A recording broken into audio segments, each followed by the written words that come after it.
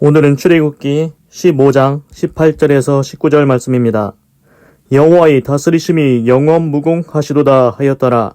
바로의 말과 병거와 마병이 함께 바다에 들어가매 여호와께서 바닷물로 그들 위에 돌이켜 흐르게 하셨나니 하셨으나 이스라엘 자손은 바다 가운데서 육지로 행한지라. 아멘. 그래서 이제 출애굽기 15장은 이집트 바로왕과 그 군대가 홍해에 다 수장됐지 않습니까? 그것을 하나님께 이스라엘 백성들이 찬양하며 감사를 계속 표현하고 있습니다. 18절 여호와의 다스리심이 영원무궁하시도다 하였더라. 그래서 하나님의 다스리심이 영원하다, 영원무궁하다. 그러니까 하나님은 영원히 다스리신다는 것입니다. 그래서 우리가 이제 그 구약 성경을 보면은 하나님의 행하시는 일들이 많이 있습니다. 신약 성경에서 예수님이 오셨을 때도 하나님의 행하심이 다 나타납니다. 지금도 우리가 눈에는 잘 안 보이지만 하나님께서 다스리고 계신다는 것입니다. 지금도 하나님이 다스리고 계십니다. 그리고 우리 인생이 끝나고 영원 무궁까지 하나님께서 다스리신다는 것입니다. 그래서 신약 성경에 하나님께서 허락하지 아니하시면은 참새 한 마리도 한 아사리온에 팔리지 않는다. 그렇습니다. 하나님께서는 우리의 머리털까지 세신 바 되신다고 하셨습니다. 하나님께서 모든 것을 아시고 오늘도 지금도 다스리고 계십니다. 19절 바로의 말과 병거와 마병이 함께 바다에 들어가매 여호와께서 바닷물로 그들 위에 돌이켜 흐르게 하셨으나 이스라엘 자손은 바다 가운데서 육지로 행한지라. 그래서 이제 이스라엘 백성이 이제 똑같이 이제 그 상황을 하나님께 찬송하며 표현을 하는데 또 똑같은 말이 나옵니다.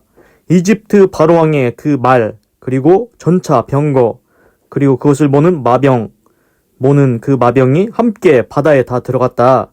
이스라엘 백성을 쫓아왔다. 그런데 하나님께서 바닷물로 그들 위에 다시 돌이켜 흐르게 하셨다. 그래서 이집트 바로왕과 그 군대는 다 수장이 되었으나 이스라엘 자손은 바다를 가르고 육지로 행해서 건너갔다. 이렇게 이제 하나님을 찬송하고 있습니다.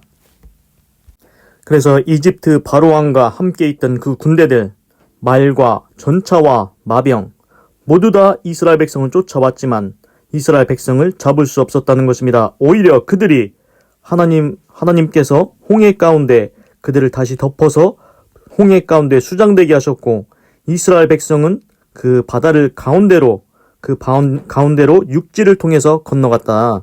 그래서 하나님께서 구원을 베푸셨다. 이렇게 말하고 있습니다.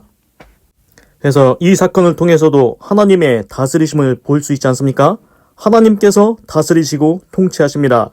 이스라엘 백성을 구원하시는 것도 하나님이십니다. 그리고 이집트 바로왕과 그 군대를 벌하시는 것도 하나님이시라는 것입니다. 그래서 하나님은 오늘도 다스리고 계십니다. 영원무궁까지 다스리십니다. 그래서 이제 제가 또 말씀드리고 싶은 건 뭐냐면은 성경에 보면은 구약 성경, 신약 성경 쭉 나오는데 성경을 읽다 보면 우리가 알 수 있는 게 하나님의 말씀에 정의롭다, 의롭다 이런 걸 느낄 수가 있습니다. 이 세상을 살아갈 때 정의로운 말, 의로운 말 그걸 나타내는 사람들이 많습니까? 그렇지 않은 사람들이 대부분입니다. 그러나 하나님의 말씀을 읽어보면 정말 이건 정의롭다, 의롭다 이것이 나타난다는 것입니다. 그래서 하나님의 말씀을 읽으면은 의로움을 배울 수가 있습니다.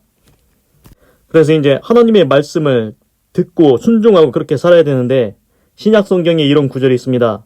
사람들이 바른 교훈을 받지 않는다. 그러니까 올바른 교훈을 받으려고 안 합니다.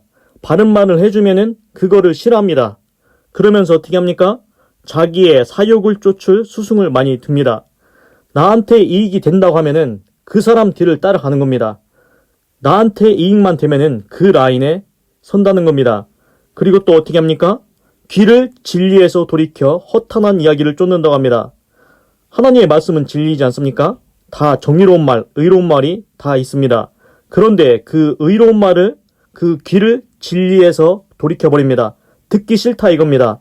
올바른 말 하지 말라는 것입니다. 의로운 말 듣기 싫다는 것입니다. 그러면서 허탄한 이야기, 자기 배 채우고 자기 사욕을 쫓는 이야기, 거기만 쫓아다닌다는 것입니다.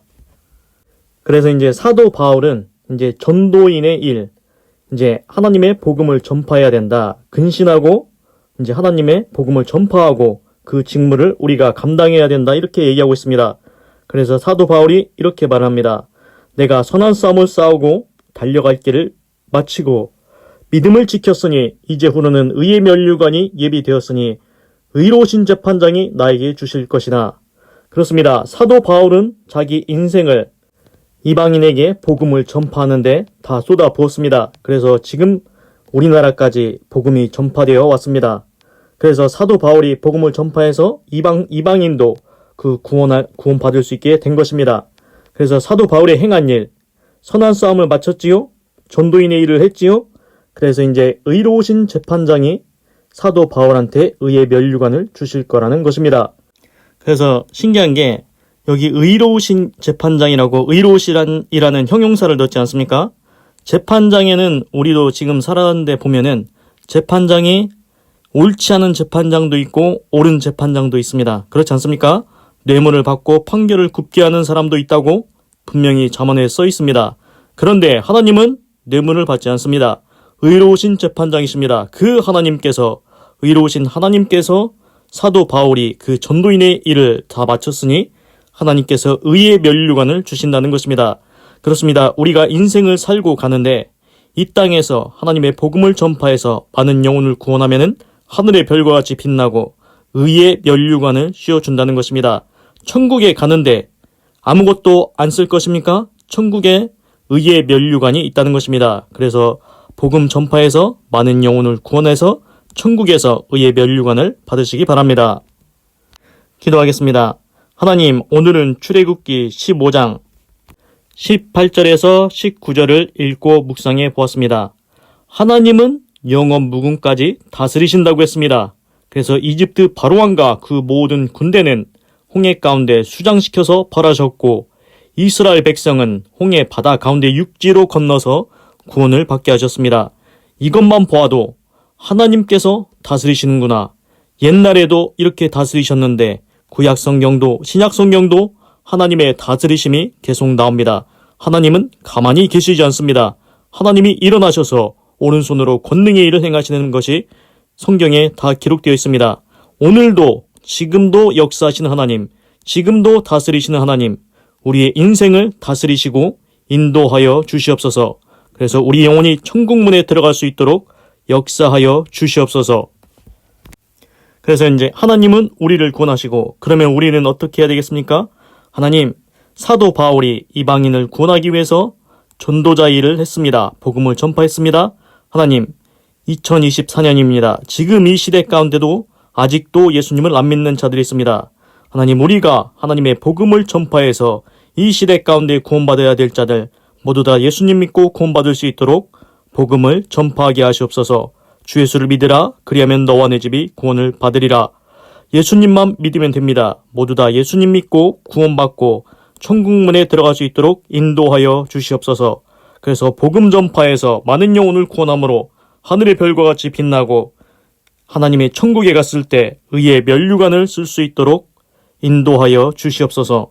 하나님 감사합니다. 사랑합니다. 찬양합니다. 주님 영광 받으소서. 사랑이 많으신 예수님의 이름으로 기도드립니다. 아멘. 건강하시고 예수님 믿고 구원받으시고 예수 내 구주 하나님의 축복이 말지어다. 아멘.